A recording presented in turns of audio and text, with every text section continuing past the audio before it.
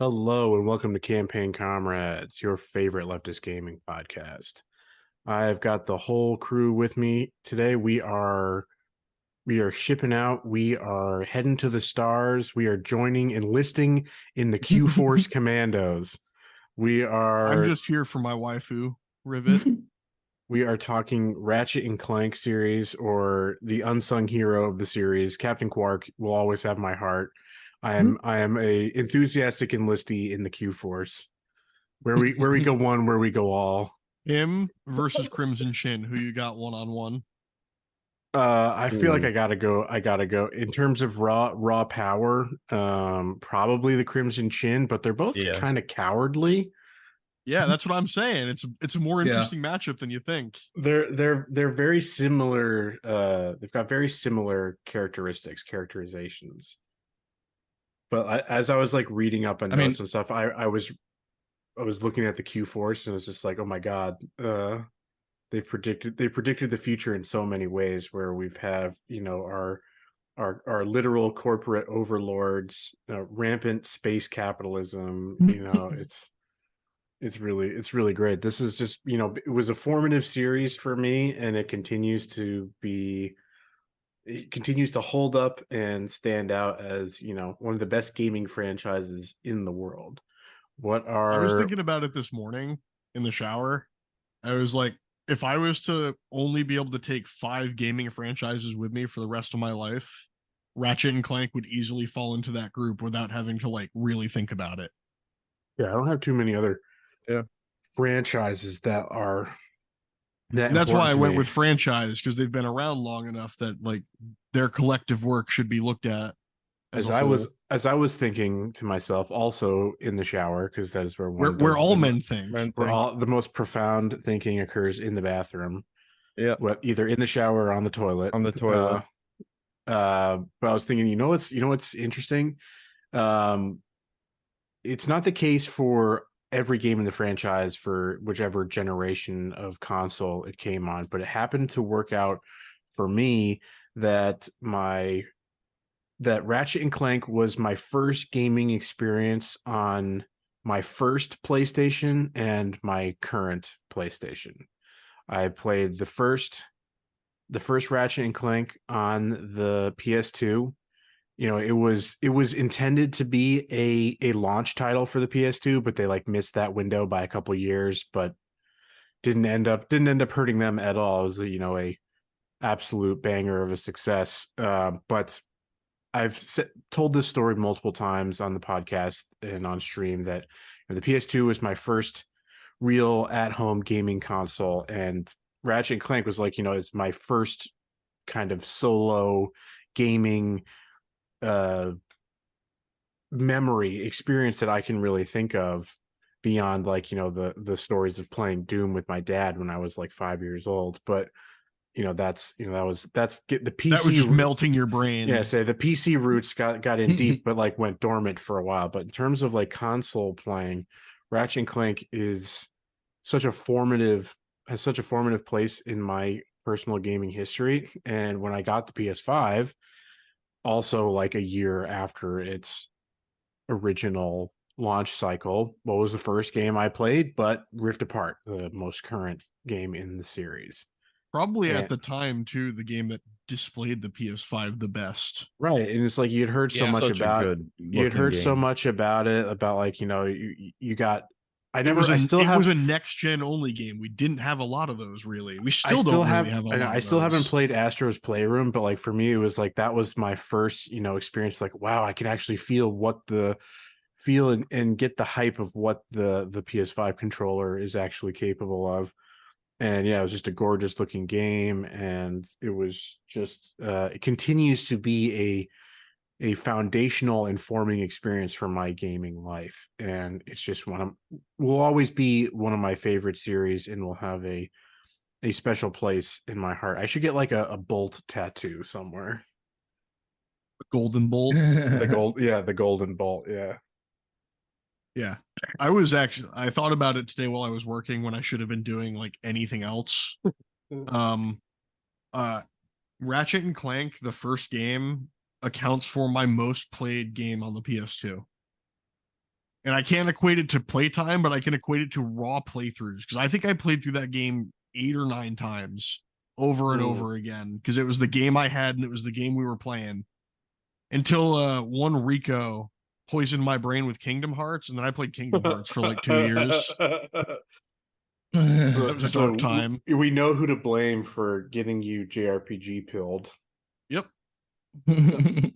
But yeah, I played the original Ratchet and Clank over and over. I knew every inch of that game. 100%. Like when I picked it up on the PSP on the collection, it was like right away the muscle memory was all there, like all the locations, it was all snip snap right in the brain. That would definitely be true for me as well. Of like, I currently am not a game replayer. That's not how I tend to play. That's probably where my game replaying like sickness happened. But like when you're a kid, and like for us like when we were kids, there was basically of that generation where it's like you're lucky if you get like 2 games a year, right? Yep. So your birthday and Christmas. Yeah, so you're gonna play the absolute shit out of those games, and so like my PS2 experience is actually very similar. That is just, playing a lot of these games over and over again. I've also told the story a bunch of times about the Star Wars Revenge of the Sith tie-in game, how I would play that because my memory cards got fucked up. So I would just like turn it on, put the disc in, play as far as I could go, and have to start over again next time.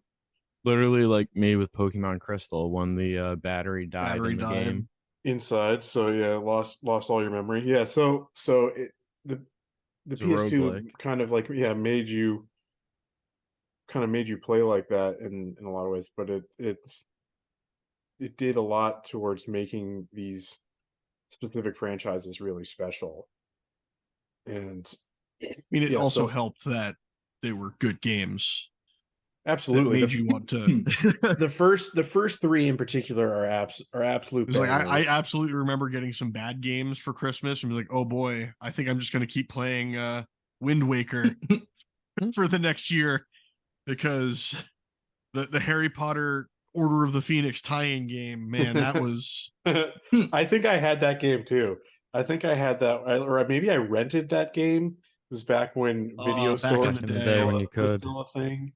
And you could rent video games as well. That's how you make any millennial nostalgic. You just talk about when video and video game rental was a thing. There's nothing like the smell of Subway bread and VHS. That's a strong memory for all of us because our local video game store was right next to a Subway. To this and they know what we're talking about. They just triangulated a location. Yeah. So that don't forget about the dry cleaner. Sandwiched in between those two. What a wonderful place. I remember going there with my grandfather after middle school every day. No, I love going there. Magical combination of chemicals. Like you maybe get some pizza from one of the pizzerias that are also pretty close, and then you go and pick up a movie. You're in like the one that was Mr. with a letter. Yeah, classic. So you other two, like what were your experiences with early we've been glowing enough with the franchise? Because Matt and I have basically been there from the jump, and it was like kind of has a central role in like basically why I continue to have every generation of PlayStation. Why I wake up every morning and continue to put my shoes on, waiting for the next Ratchet and Clank game. Ratchet and Clank, yeah. All right, I'll so I'm closer to you and Matt's situation. I mean, I didn't play the first Ratchet and Clank first actually. I picked up the second, I think in a GameStop like $5 bin at some point. And it was still pretty early on in my PlayStation 2. Yeah, and absolutely love that game, and that I mean, what a game to start with. Get the others and fantastic. And but it's definitely one of the first, single player PlayStation 2 games that hooked me. I mean, when I got my PS2, it came with Jak and Daxter 2, and then it was mostly sports games. Madden was like the GOAT for me at that point in time. So Ratchet and Clank was kind of the not to fully first real first not to player fully game. interrupt you, but I am going to interrupt you.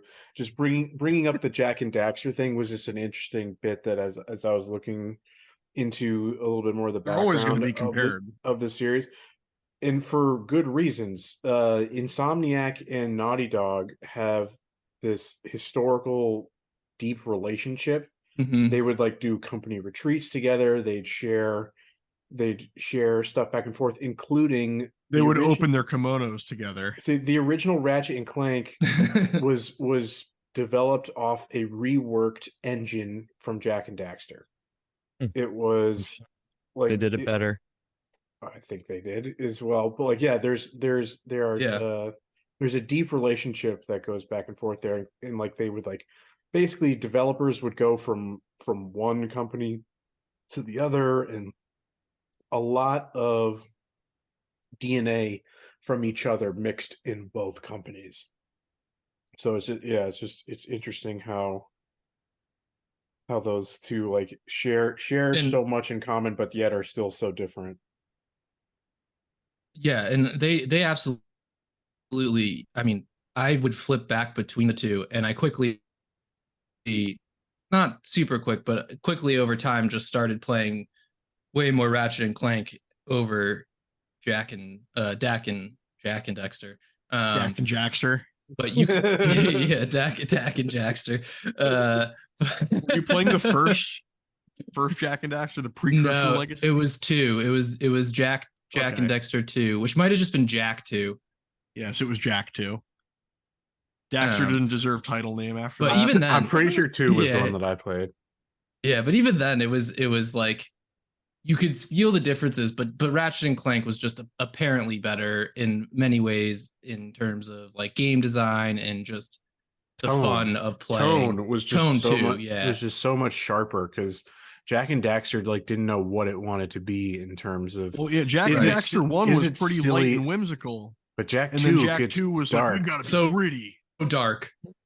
Jack 2 is like, in my mind, it's really the first like attempt at a slightly toned down Grand Theft Auto. They tried to be Grand Theft Auto. Yeah, because I that's one thing I remember doing is jumping on top of like was it like the Crimson Guard or something? Yeah. That's what I was like. Stealing their motorcycles. And stealing their ships and shit and running around and fucking people up. Yeah. That's what I remember most. Yeah, that's essentially committing like war crime amount of like civilian casualties. Oh yeah. Just like going dark Jack in the middle of the city. Very fun, but not as fun as Ratchet and Clank. So then just to kind of wrap through. So Ratchet and Clank 2 brought me into the series and it hooked me. And from there I played the first 3. I then had a lull. I didn't play any of the PS4 games until they did the remake of the first one. And then so you mean the PS3 ones? The PS4 one was the remake. Is that the only PS4 one? Yeah, okay. So I guess I just didn't play the PS3 ones. And then obviously I also played Rift Apart, which was my first game on the PS5 as well. And just an awesome experience all around.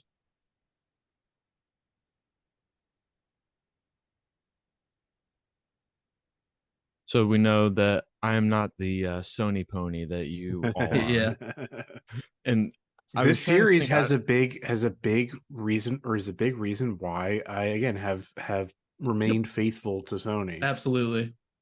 And I've dabbled in the Xbox here and there, but you dibble and dabble. But I don't think I ever had a PlayStation 2 game that I was purchased full price. Maybe a Guitar Hero, maybe a COD, like Big Red 1, something like that. Medal of Honor. Yeah. I got a PlayStation Slim was my first PlayStation 2. So it was late in the cycle.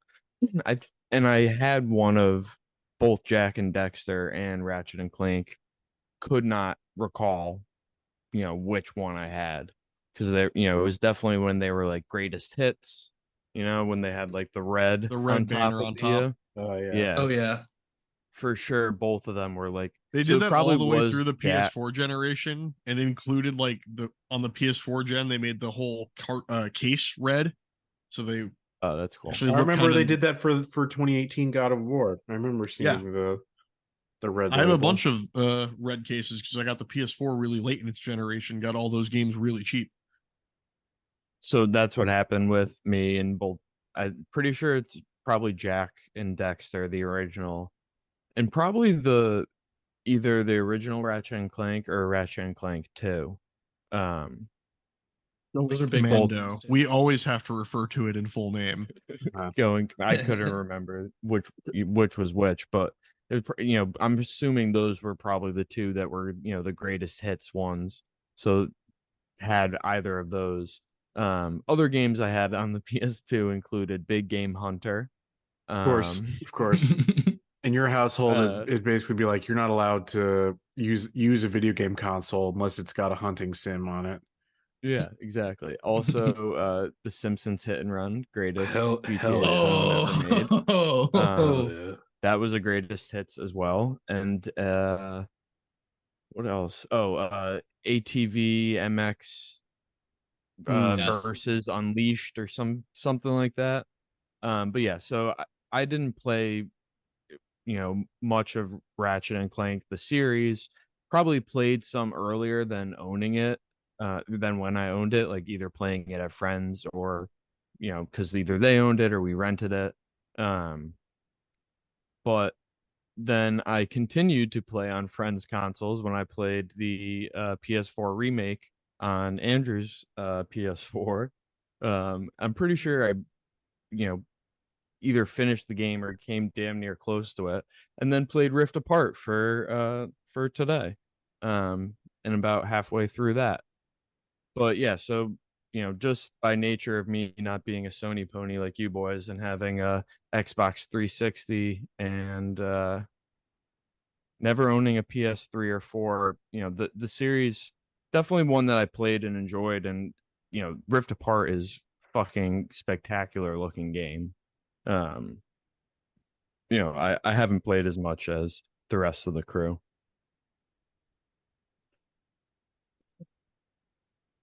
What would you say is either your favorite aspect of these games? What's the draw for you guys? Like what's the real thing that keeps you coming back? Unique zany weapons that all feel Yeah. fun to use. Yeah, that's definitely. Yep. That's number one for me. Closely followed by very cute Lombax. I always thought Ratchet was adorable. Furry. And just outed myself. And then I mean, like, it's three. And then the third reason is the plot. The stories are all The stories are great. The mainline games I've played are fantastic. I'd actually like to add that the platforming is actually really tight.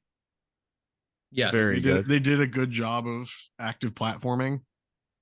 I love the different gadgets you get to platform, like the swing shot. The slingshot's a lot of fun. In the first game, they like really pushed against like trying to have the game marketed as a platformer. They were really trying to get away from that. No, it's interesting because then the media still was like, it's a platformer, it's an action platformer, because there are way more instances of like, arena. It's like arena style combat with platforming here and there. Yeah, absolutely. There were like entire rail levels in grinding and Deadlocked shit that were all platforming, like platforming arena challenges, like get to the top of the tower. Yeah, see, for me, it's like the guns and stuff are always fun, but like thinking about all this stuff, it's probably actually at the bottom of my list, but it's like I love them all, so it's like the bottom of this list is like higher than the best things in most other games for me. Will always love me the Buzz Blades, or Buzz Blades are awesome. Although I felt like they nerfed the Buzz Blades. They nerfed them too much and Rift Apart. Yes, I was disappointed. there comes a point also where you want people to use other things. Oh, of course, you have to, because like in a big encounter, like you're gonna just go through Ammo everywhere. and so you have to be constantly switching. That's why you use my favorite weapon, the Sheepinator. Yeah, I was gonna say the Morpho Ray or the Suck Cannon. Those were good. Suck And then you've got Cannon's the also Rhino, the Rip Ya a New One. Those are great. But or in Going Commando, the Zodiac. there's just like there's so many good things there. But like I love the bits of platforming that are not like your traditional platforming type of shit, where like grind rails were so fun to me. I loved the grind boots, but one of my favorite gameplay elements is probably the hoverboard races. Like one of Yeah. the bits of the game that were actually probably had some of the most challenge to them, because you had speed involved and trying to hit Winning the hoverboard races timing were hard. and it's one of the feathers in my cap as always is being the hoverboard champion, getting first in all the different races and in courses, always a must do for me. But yeah, for me it's the characters that I enjoy so much. I've already like joked, I love Captain Quark. He's such a hapless oaf. It's just so funny. I love the constant back and forth between semi-villain, semi-hero, but bumbling through it no matter what is always really endearing to me. And then just the buddy cop Yeah. nature of Ratchet and Clank Yes. is just like one of the best relationships and duos in gaming that I can really think of. Also, great villains. Yeah, I was gonna say as well. Yes. Who's your favorite villain? Like you've got multiple beyond like the big two, but like who is everybody picking as their favorite villain? I mean, I gotta go with So Nefarious. are I we mean, I know I have categorizing limited, Quark? but I mean, you can say Quark because he is technically the villain of Going Commando.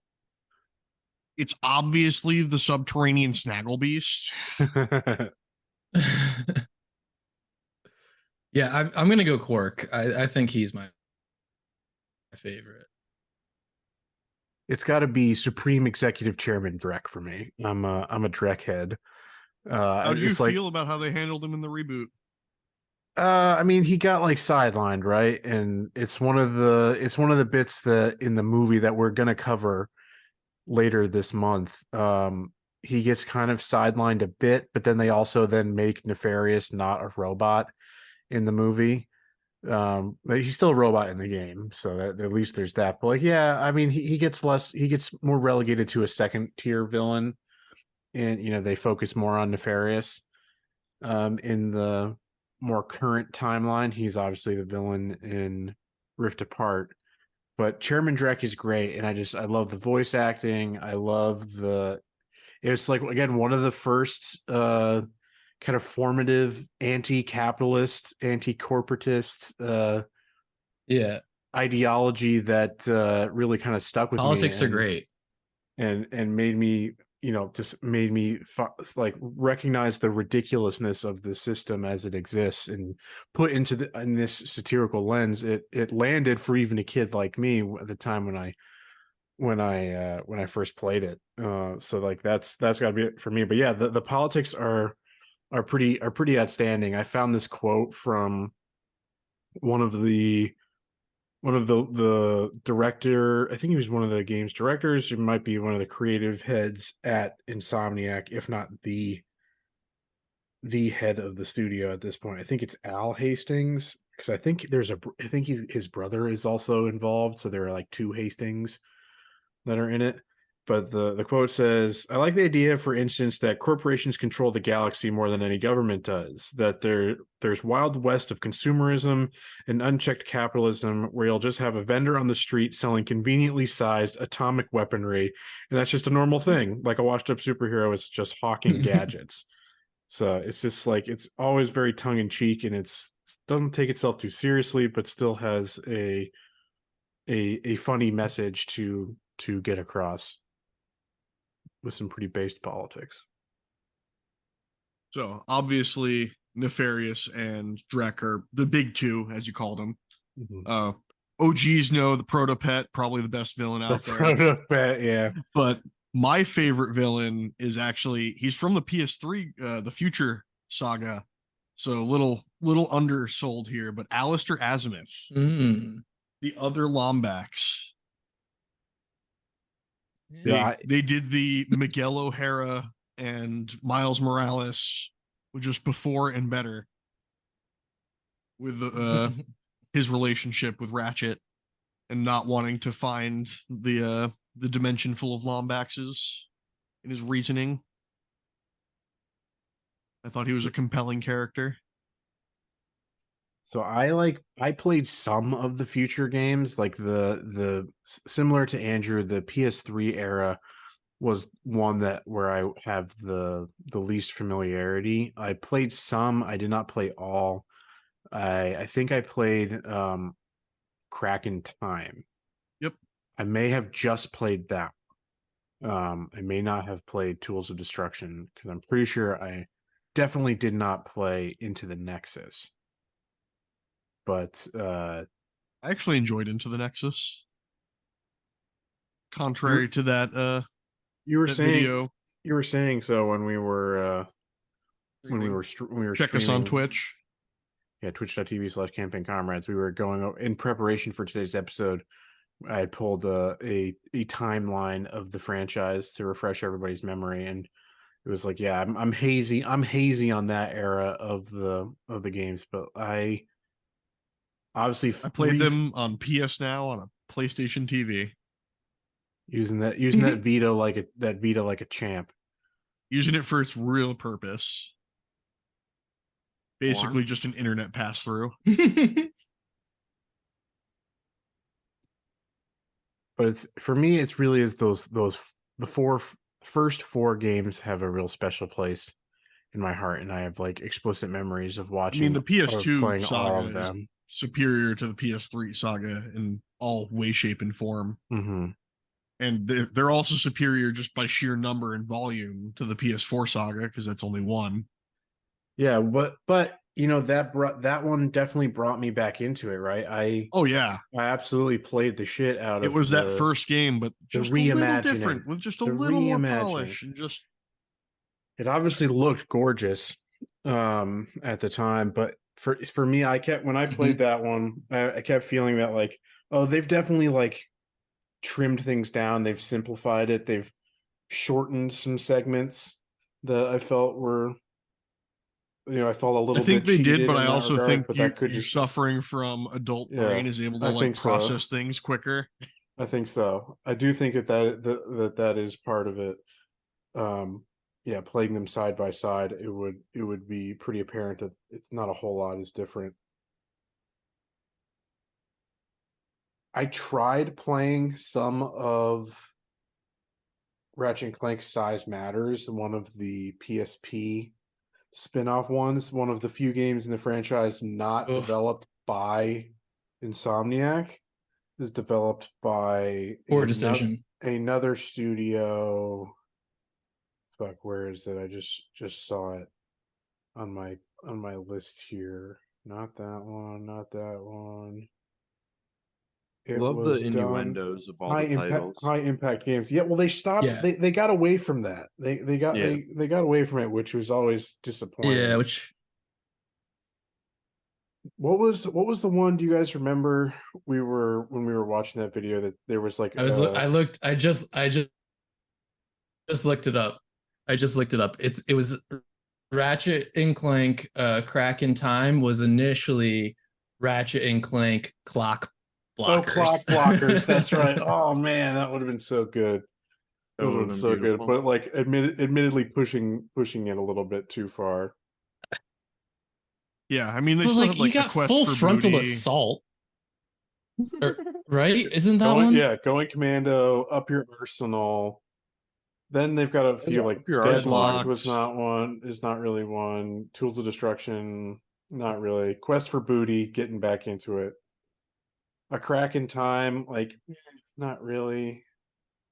That's a butt crack joke. I mean, Ratchet and Clank Yeah, it's like 2016 at is most literally that's what it is. referred to as Ratchet and Clank 2016. Right. And then you've got Rift Size Apart Matters, is at obviously. least like ripped apart, but No, Yeah. I would. That's a There's stretch. nothing ripped apart. Not the So, I same. mean, it's true to the story because they get ripped apart literally. But it's not an innuendo. Yeah, but like Size Matters was like, say like good title for this spin-off game, doing shrinking pranks, making it a dick joke, is Doing the Ant-Man. always good. But I tried emulating this game, and we've talked about it again on like stream and stuff. Folks, go check us out on Twitch at twitch.tv/campaign comrades. The PSP, the fucking control scheme is just so unwieldy and just absolute garbage.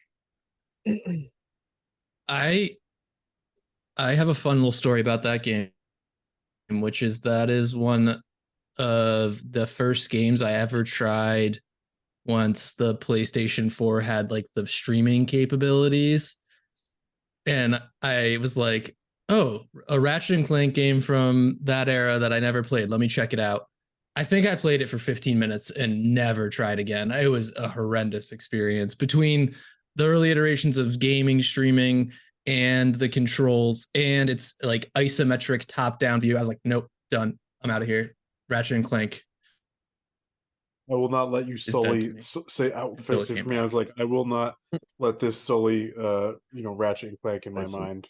Yeah, it didn't. It's like I will not let this happen. So I did one playthrough or one attempt at playing, and was just like, no, I can't imagine taking on a boss with this control layout, with having to shift camera with the trigger buttons. And I can say that's definitely one of like 2 games I actually beat on the PSP. And then I saw people like posting shit like, oh, I beat Ratchet and Clank Size Matters on PSP with no weapons, taking no damage, wrench only. Yeah, I do love me a good run. wrench only run. Those are always fun. And like the wrench, it is not great there. The damage output is not fantastic. Not nearly as satisfying as like the wrench is usually quite a satisfying bit of gameplay. The Omni Wrench 8000, a classic tool. One of the best starting weapons in all of video games, in my opinion. Very rarely do you I feel like I stick, even with like these more linear games where it's not an RPG, like that, the wrench, always great. My favorite part about the wrench is using the hyper strike to gain extra altitude on jumps and get to places you're not supposed to get to too early. Love a good sequence break. There's something special about these games that like I can't quite put my finger on, and part of it is probably due to I think Insomniac just knows how to pull the right ones. strings in your brain that make the good chemicals happen. I'd agree. Between this and Spider-Man. It's like, you guys were saying your first PS5 games were Ratchet and Clank Rift Apart. I got my PS5 a little earlier, and I just checked and looked. My first was still an Insomniac title. It was Miles Morales. I think Miles Morales was my second after that. Yeah. Yep. Because Rift Apart wasn't out yet when I had my PS5. See, another thing about Insomniac is like they're, for at least from what I can see from an outsider's perspective, seems to be one of like the few good studios out there. Like they rightfully are able to celebrate the fact that at least for Rift Apart was able to be made without a single hour of crunch. Hell yeah. Applause. None of its employees, like they said, like worked on it. Weird. It's almost like you can tell in the game that people enjoyed making it and they weren't rushing through at some point. I can't say so much for its earlier earlier games, particularly because they had some ridiculous turnarounds. You know, Well, yeah, didn't we see in that Yeah. timeline that Ratchet and Clank and then going Commando were 1 year apart? I think the first three Yes. are each a year. We're all Yeah. 1 year apart. Oh, the so first four. Ratchet and Clank November 2002, Going Commando November 2003, Up Your Arsenal November 2004, Deadlocked October 2005. That's crazy. That's a That's run, wild. man. Imagine showing that production cycle to like Bethesda Could never be them. Never. or Rockstar. You would make devs very nervous and anxious and concerned with how good your work is. Have there been any rumblings about them doing another one? I mean, Rift Apart was so successful, and they just did their successful PC port. So, and Insomniac's got plenty of other shit in I the think works. the last and thing on I the read table. is that Insomniac has 2 things in the works that we don't know about. Because obviously Spider-Man 2 comes out Could be. Yeah, it was Spider-Man. Spider-Man in 2 and October, Wolverine are the and 2 we know Wolverine, about. Yeah. Interesting. Yeah, I mean they really seem to, can do no wrong type of thing. So I'm excited for where the series continues to be successful both commercially and critically. So I would be surprised if they don't have another one in the works sometime soon. We kind of like touched on Yeah, a I little would bit, think like 2025. maybe. I mean, it really touched, just comes down to what the timeline for Wolverine looks like. right. I think Excited it's for probably that. later. I think it's probably later than that. They maybe do something like they do a launch title for whatever the next generation is, because even for them, their dev cycles are considerably longer than what it used to Extended. be. Yeah. No one used to be. So they're Because not in like a Miles rush. Morales had a relatively quick turnaround, but that's also a 1.5 game using an engine in a city that you've already built. Yeah, assets that already exist. Yep. We like touched on a little bit, but like, so what was your favorite weapon? For me, it is and always will be Buzzblades, even with No, a bit of nerfing. Buzzblades for life. That's my stance. There's nothing better than just like running into a room and shooting off 20 of those and taking out half the Just enemies immediately. just ping It's the ponging greatest. around. Yeah, always a good time.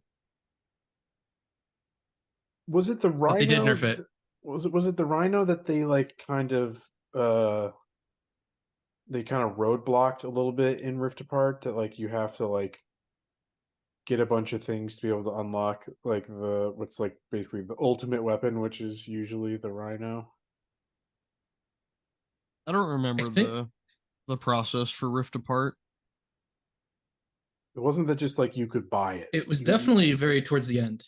You had to do In Going you had to Commando, you do could just something. buy. In the original Ratchet and Clank, you had to find some stuff first, right? You had to get some stuff for the oh no, that was the reboot.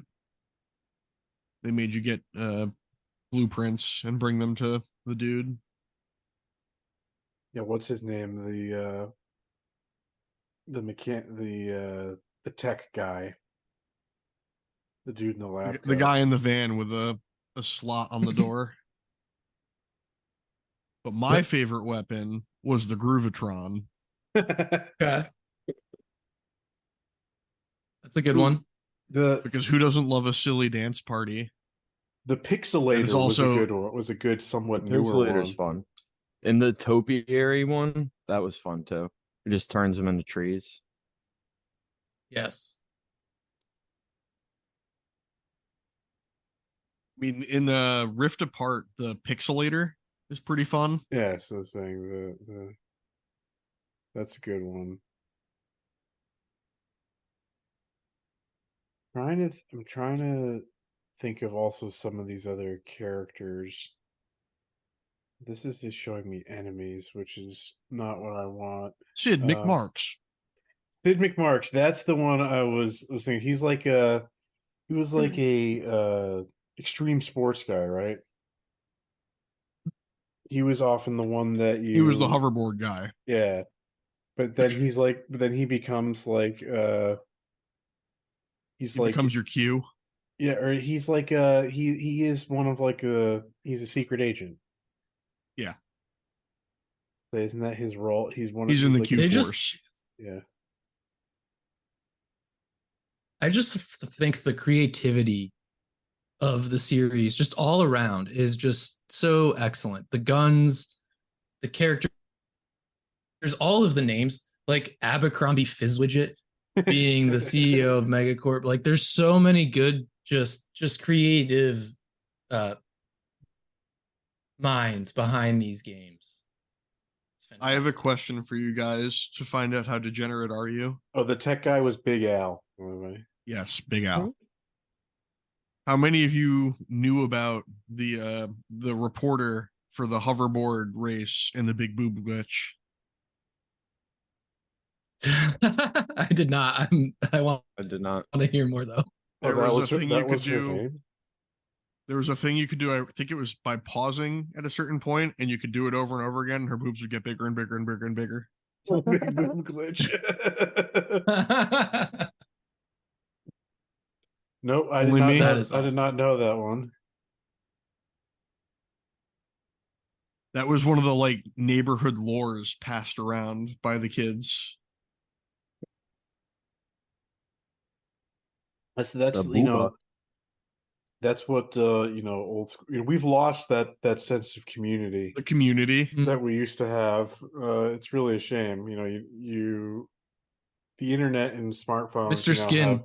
Mr. Skin ruined it. Have brought us closer together, but further apart at the same time. Because you know the information is at our fingertips. I did not know about it. You got to find it. You don't have have the degenerate sixth grader, you know, telling you when you're in kindergarten, you know,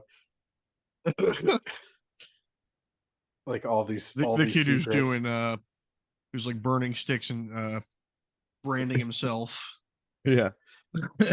Starting trash can fires in the school bathroom. His name was Kyle. Yeah. It was always Kyle.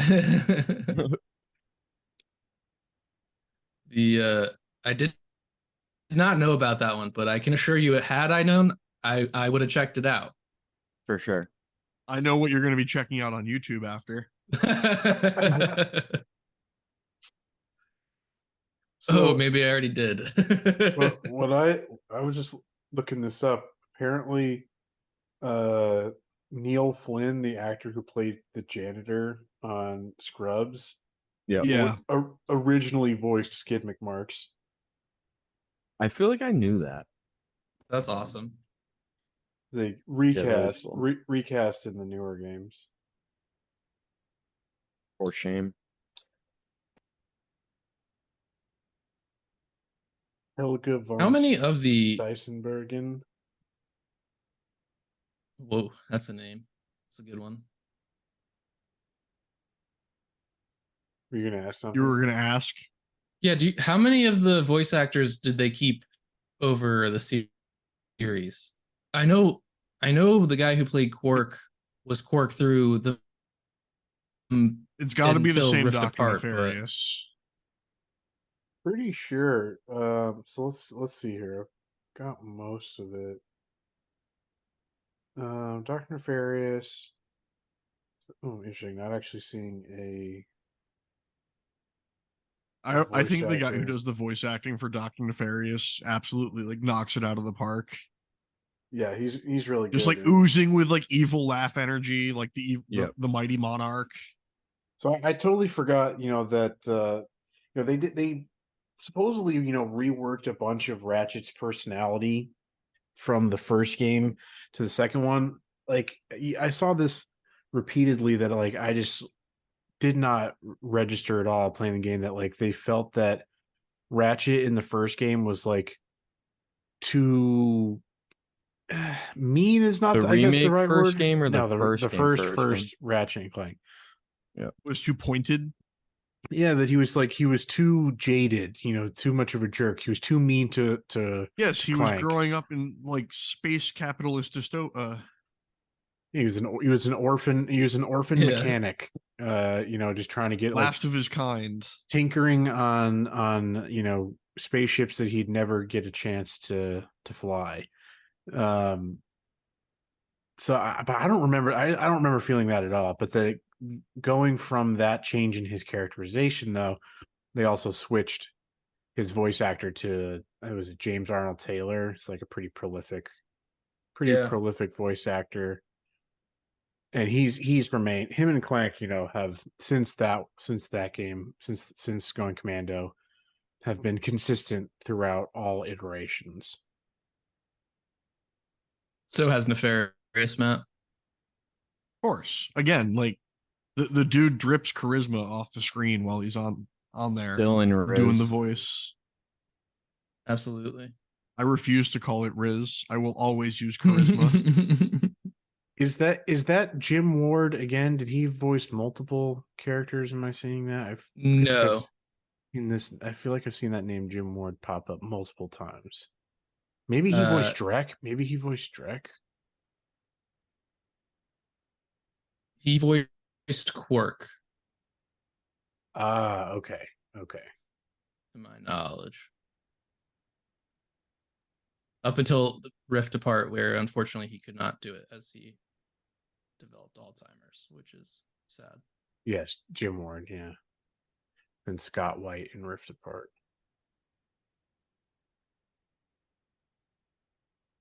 I will say, like, of the duo of Ratchet and Clank, I think Clank just resonates with me more. Like Clank's humor always gets me. I love Clank. He's a great character.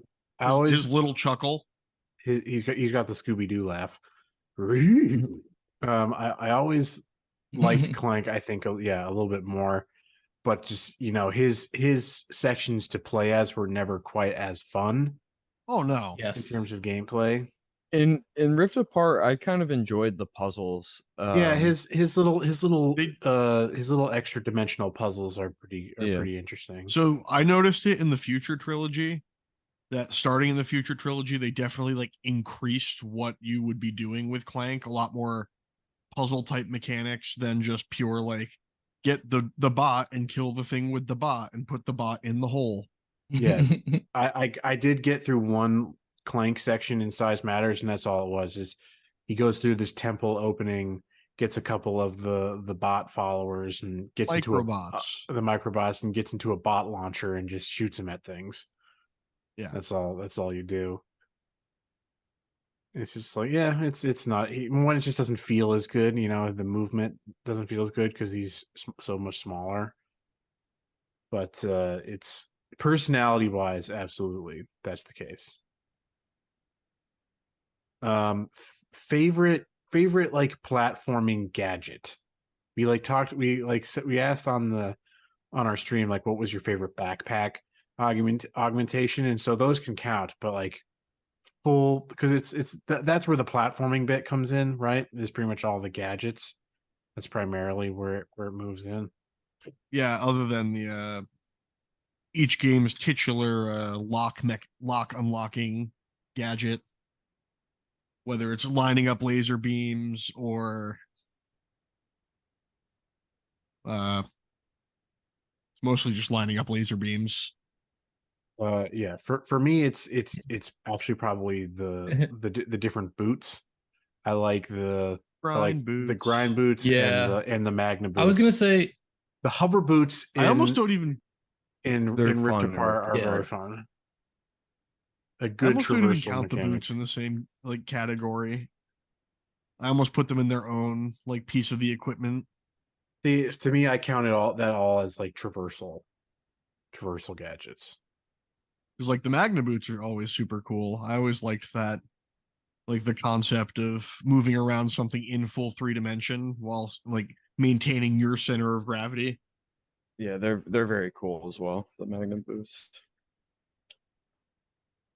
I gotta go. Yeah, yeah. I think the boots are very cool, but for the gameplay, I just love the swing shot. I love the swing shot sections of gameplay. They're very fun to just get the timing and just swing through. Very Spider-Man esque. Yeah, you can see In the that yeah from that perspective. their early You can experience. see where they got their. They've always had some of the best grapple hooks ever. I've played newer games with grappling hooks that don't feel nearly as good. They actually do a lot of stuff back then better than games that were marketed like that. Like they're a better speed game than Sonic. Like all of the rail sections control and play better than anything Yes. Sonic has done in the past 25 years. Some Sonic fan's gonna come for you one day, Matt. Cool. They can try all like 7 of them. I like dissing the Sonic fandom. It's my favorite part of this job. They deserve it. They deserve to be punished. So you guys have touched Little on some cane good pigs. mobility gadgets, and I don't want to just pick one that's been said because I love everything. So I'm gonna go with a different one. I'm gonna go with the hydro, uh, the water one where you plug it in, you fill up Hydro and lower pack. the water levels and freeze the water Oh, on top of it. Okay, I remember yes. that one. Yeah. I really enjoyed the mechanic of like lowering the water levels and killing the stupid fish that would eat you. Oh, we hate the fish. We hate the fucking big fish. No, I remember those levels.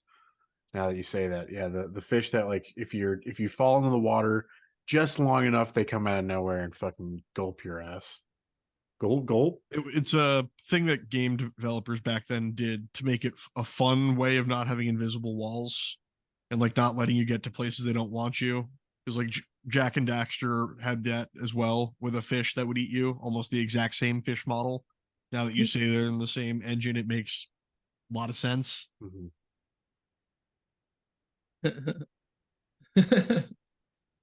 Interesting.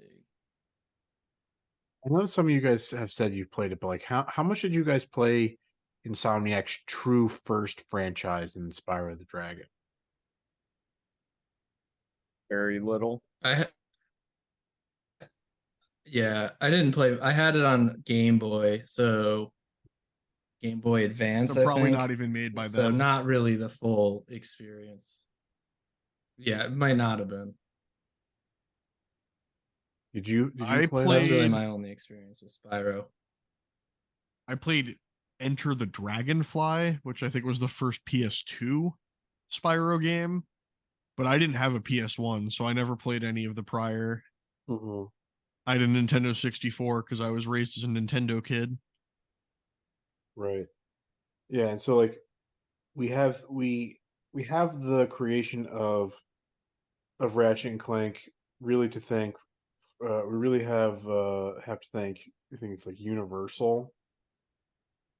I don't know what part of Universal. I don't remember what part of Universal owned Spyro, but it was like they were an up and coming studio. They had this one game that they demoed that got some interest and got them funding through Universal Interactive Studios. There they go. Took an interest. They signed them to a multi-game deal that eventually led to them creating Spyro, which was a hit and critically, commercially. They made a bunch of money, made a bunch of those games, but then Universal retained their ownership of that. So when Insomniac chose to go out on its own, they had to come up with something completely new. And one of the environmental artists just had this random idea jotted down on like a piece of scrap paper about. Oh wait, no, I'm reading the wrong thing. It was similarly. It wasn't the environmental artist. That's the one who invented Spyro. This was Brian Hastings, the brother of Al Hastings. And now I'm just trying to think again which had which role. Which one was just one of the heads, and which one was one of them was like the chief technical officer. I think Al was the chief technical officer. Yeah, that's what I think. No, Or Brian no, Hastings is Brian, head of yeah. creative strategy. Yeah, I don't. Some of them says came aboard to build AI tools and something, but so Brian was the one who just had this idea about originally a he was a reptilian. He was one of those. He was one of those kind of aliens. A scaly.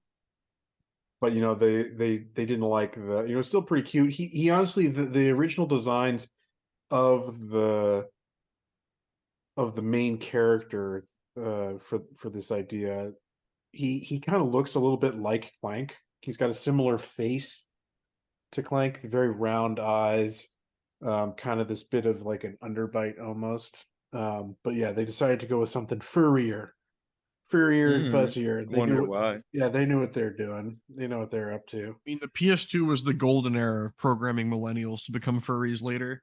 They were trying to, I got this. I figured it out finally. It all makes sense. They were trying to seed the IT industry, and they know that to get people into IT, you got to get them to become a furry first. It's a straight pipeline. Get them at their horniest. Yeah. That's when they're wearing their their programming socks, as they call it. The striped thigh highs. the femboy stockings. Yeah. It's a meme in the IT community, because I guess some guy wore them and he was like, it's for like blood circulation because I'm sitting so much. Sure. But yeah, so then they developed the Lombax and then swapped out the club for the OmniWrench 8000, which gave him his occupation. He was a mechanic, and things were kind of born from there. Like as most games of that era became, because like video game writing basically like wasn't a thing at that era. Story wasn't really those, and still is in a lot of ways just like tacked on. I mean, when was Kojima really starting to the Metal Gear series was PS1. It was PS1, yeah, okay, yeah, late 90s. The first Metal Gear was on the I think it was the NES. Oh damn! I mean, yeah, well, Kojima's brain is different than the majority of the world. He's built differently. Yeah, simply built different. Yeah, it's like particularly as like a credited role. Game writing like wasn't a thing at the time. It was more, come up with the level designs. We'll tack on the story afterwards. Give the kids enough sparkly things to collect on the level. Collectathons were big back then. But still plays them. From my From my readings though, it's like that these guys, were, pushing more kind of against that trend, and despite not having full writing teams for a long while, it's story became a driving point for them to kind of have a more communal relationship between level design and the writing teams. So that was always something interesting. But in terms of the early games, it's more the game. I would always still say that the gameplay stuck with me more than the story did. The world stuck with me, and like the world building,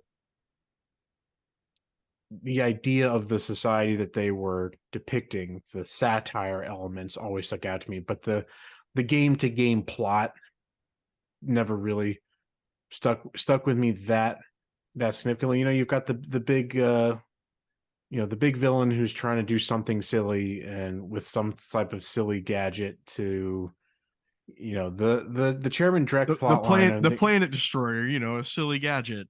That one is funny. The evil genetically manufactured creature that can self-replicate and destroy entire populations.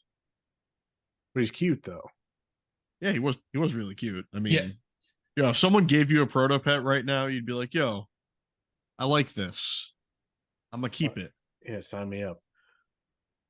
And the other thing is just the art design in general. These games is just great. Like it's It's beautiful. It's well done. Even the originals They hold up are well. I remember being not blown terrible away to at the look at fact that now. I could see Yeah. other ships flying in the air while I was like running around levels. And like the levels weren't just like me running through a static plane of just enemies. Like there was stuff going on in the background that was live and made it look more lived in, like an actual planet. Like immersion, real immersion. Anyone got a favorite planet? It might be too much of a deep. Yeah, I don't like. Way I too don't deep for remember. my brain. Yeah, the names of some of them. I've got. Blackwater City. I remember this like Hmm. factory planet from one of the earlier games that I remember being pretty fun. Like Sargasso. Ooh, I do remember that one. Let me do a Or quick. any of the planets where they have you exploring a big open tundra or desert looking for crystals to turn in to a mystic man.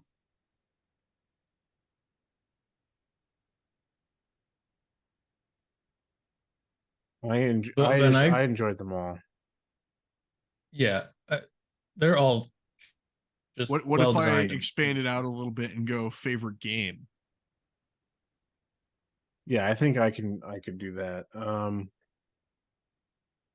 Yeah, although it's just it's tough. The only bit is tough for me is to say which of the PS2 games. yeah, which of the originals do I love a lot? I mean, I really like them all. I really like them all.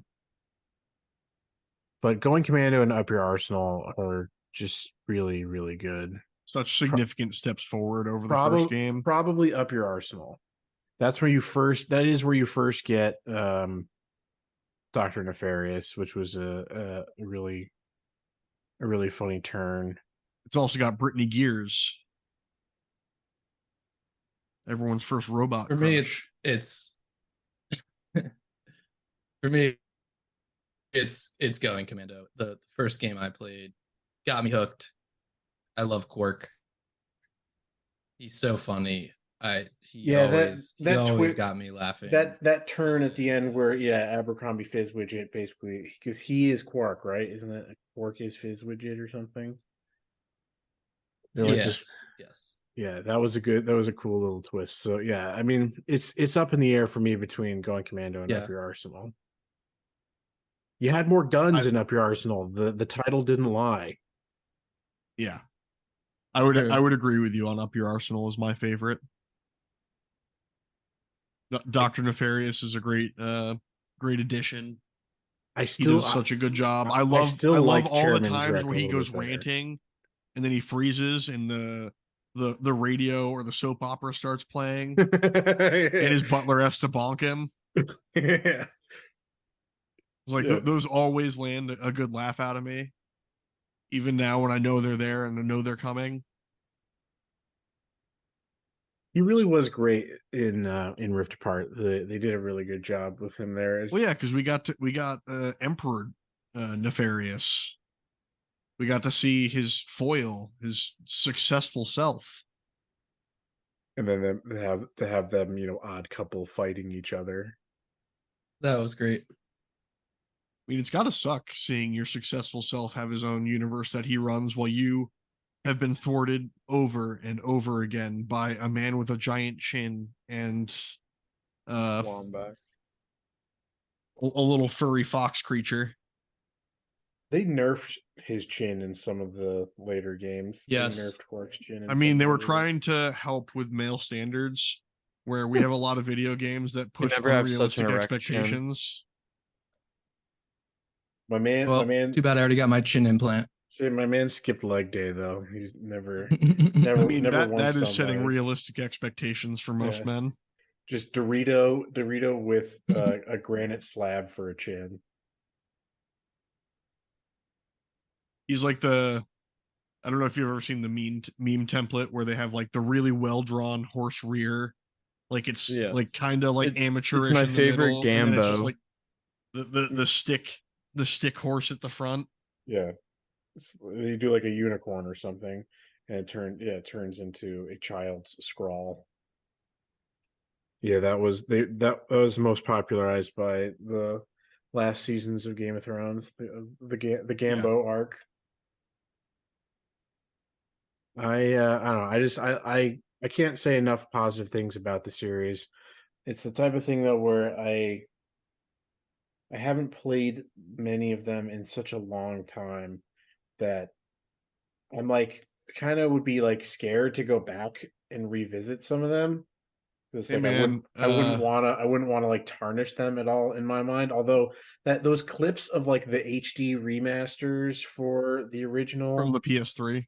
yeah, they look good. They look good. It's like it's Ratchet and Clank is the exemplar for me on the playing Rift Apart and being like, oh, Ratchet and Clank always looked like this. Like to me these games always looked this good. They did, man. Yes.